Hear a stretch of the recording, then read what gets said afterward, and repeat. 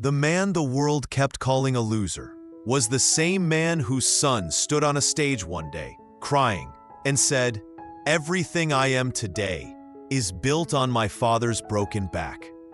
This is not just the story of one family. This is the story of every father, mother, and child who silently carries pain, just holding on to the hope that tomorrow will be better. This is the story of David Miller, his wife, Sarah, and their son, Ethan. David was an ordinary man, not rich, not powerful, just a simple husband and a loving father. But life showed him no mercy. The company closed down. The job was gone. The savings were already finished. Bills lay scattered on the table. Rent overdue. Electricity notice on the counter. Sarah was strong, but even strong people break. Every night, she would lock herself in the bathroom and cry silently. Ethan, only 8 years old, didn't understand why the house felt so heavy. One night, Sarah said, "David, I'm exhausted. Living on hope every day is killing me." David had no answer. Weeks later, Sarah left. A broken family. One father, one son, and an empty house. That night, David held his son tightly and whispered, "Ethan, as long as I'm alive, you will never sleep hungry." The next morning, David took 3 jobs. Morning, warehouse loader. Evening, cashier at a gas station.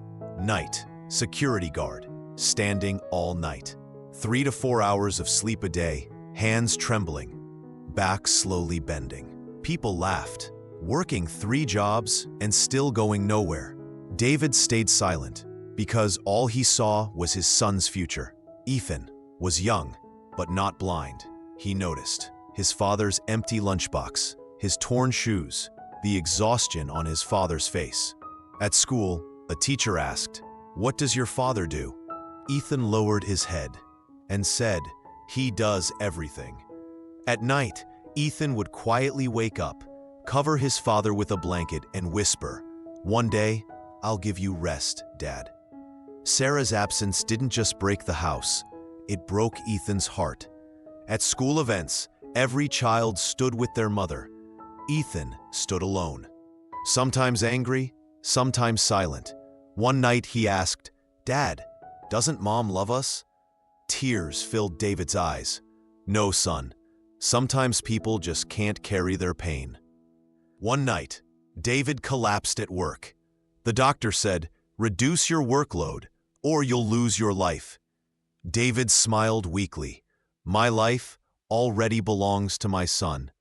That night, Ethan saw his father cry for the first time, and he understood. This man wasn't just a father, he was a hero. High school, Ethan started working part-time, secretly, studying at night, working in the morning, school in the day. People said, "You're missing your childhood." Ethan said, "I'm paying my father's debt." Years later, Sarah returned, her eyes full of shame and regret. "I made a mistake," she whispered. Ethan stayed silent. David said softly, "A home can still be a home." Slowly, healing began, quiet but real. Years later, Ethan stood on the graduation stage. In the audience, an old man, bent back, trembling hands. Ethan took the microphone. "This degree isn't mine. It belongs to my father." The hall went silent. The man who worked 3 jobs, the man the world ignored, is my father. David cried openly, tears of pride and sacrifice. Never underestimate a father. Never ignore a mother's pain. And if a family is broken, remember, healing is possible. It only requires sacrifice, patience, and love. If this story touched your heart, like it. Subscribe for real struggles, real sacrifice, real success.